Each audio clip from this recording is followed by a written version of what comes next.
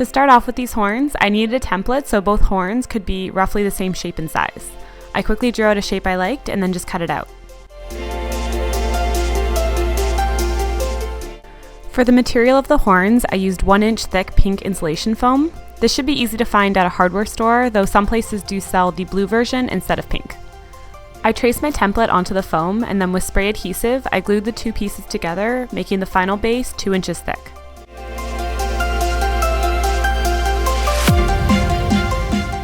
Once the glue fully dries, I try to get the edges of the foam cut down really close to the pen edges. The sides can be easy to remove by carving down and around the outside curve, and then for the inside of the horn, I find I have to do a series of triangle cuts to hollow it out without breaking into the piece itself or seriously cutting myself.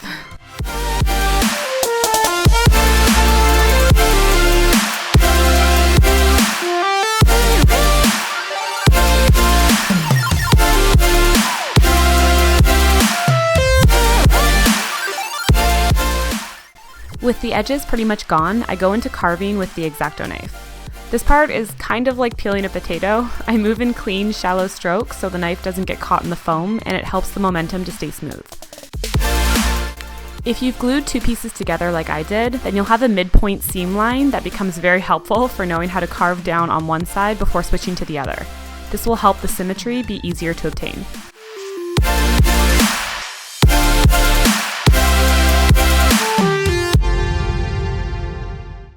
For the inside curve, it is much harder to work with a flat blade, so I jumped to my rotary tool with a sanding cylinder to help fix those edges.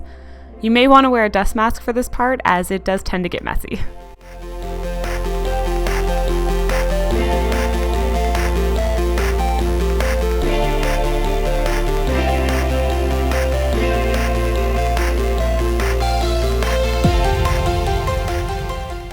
The great thing about insulation foam is that it sands really well. When you reach different stages and want to smooth out the surface to better see the shape, you can take a sanding block and go all over the horn. And then for the inside of the curve, you can use sanding paper to get better control.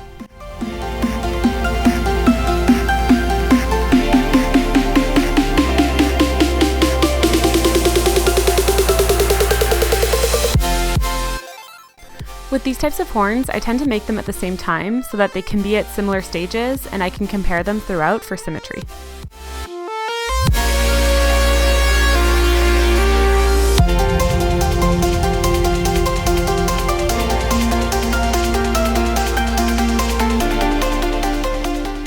Once I was happy with the shape and texture of the horns, I moved on to recreating the divots I drew initially and lost in the carving. I sketched them out with black Sharpie, and then using a spherical sanding bit on my Dremel, I slowly carve out the indents.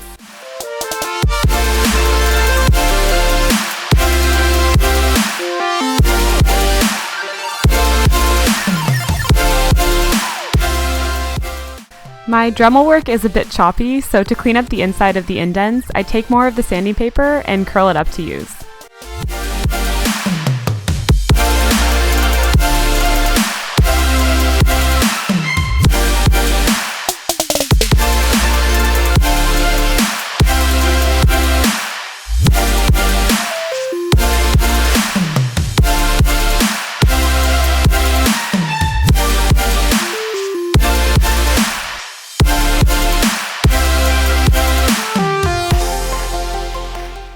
Another trick I love doing when I have to sand cylindrical areas and I don't have a sanding needle set is to curl sandpaper around an object like a paintbrush, or in this case a sculpting tool, and then tape it down.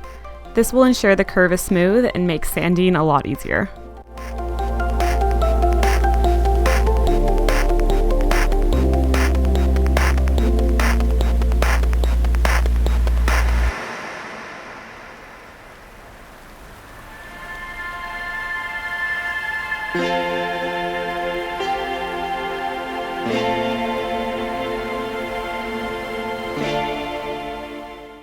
The closer the horn gets to being finished, the more times I run sandpaper over the whole piece, often increasing the grit until the foam is completely smooth.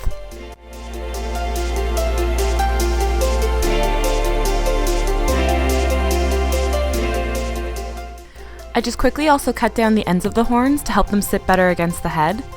Then I moved on to doing a few layers of Mod Podge over the horns. Using Elmer's white glue or wood glue would give the exact same effect. I just like sealing the foam to help with painting and to give a little bit of strength against denting.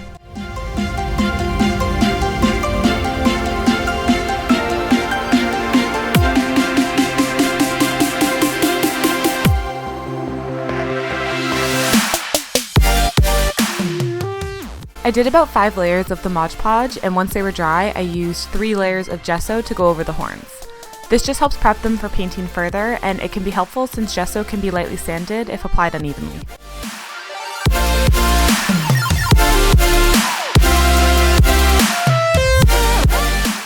With all of the prep work done, I finished off with painting. I started with a light brown and slowly built up the darker colors, alternating between brushes and sponges for different textures.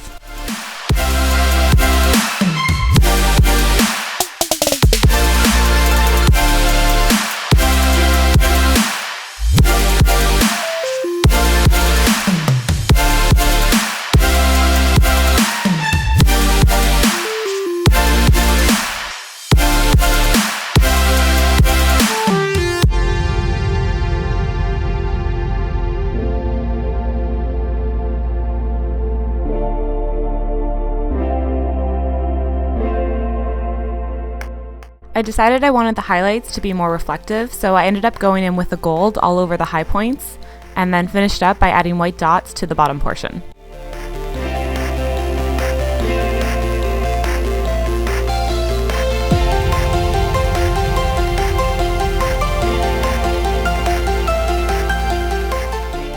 To help attach my horns to a headband, I cut out some black fabric for each one, and then with a hot glue gun, attached them to an Alice band, using the fabric as an anchor on the bottom side.